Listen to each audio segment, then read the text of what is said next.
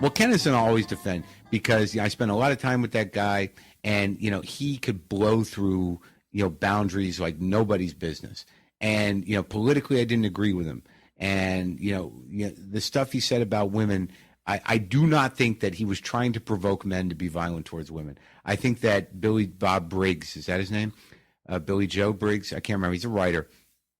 He put it best by he said that Sam Kinison is the voice of the heartbroken man. Yeah, exactly.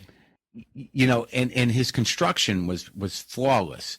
And I know a secret that I can't tell because I was told I would not tell it, but maybe I'll tell you. Yeah, go ahead.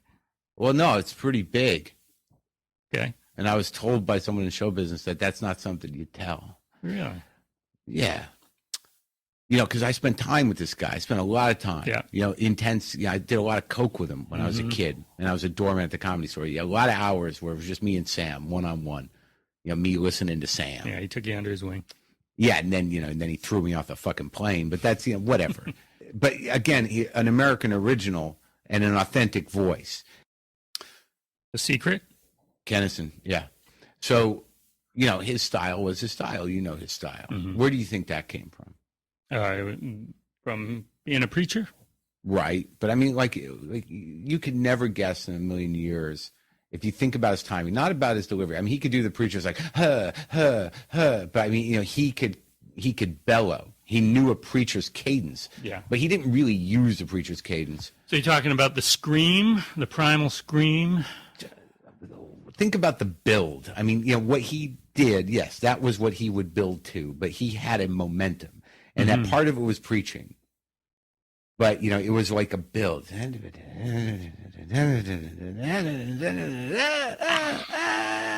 Yeah. 2 short screens followed by a long screen. So I'm like, so what was it? What was it, Sam? I mean, where'd you get it? I mean, where did it come from? And he looks at me and he says, you want to know the truth? I go, yeah. He goes, Gene Wilder. Gene Wilder. Let me think. Nope, it's not coming to me. Are you familiar with Gene Wilder? A little bit. Have you seen him in his movies? Yeah. Okay, you've seen him in Young Frankenstein? Yeah. Think about the scene where he's defending his family's name.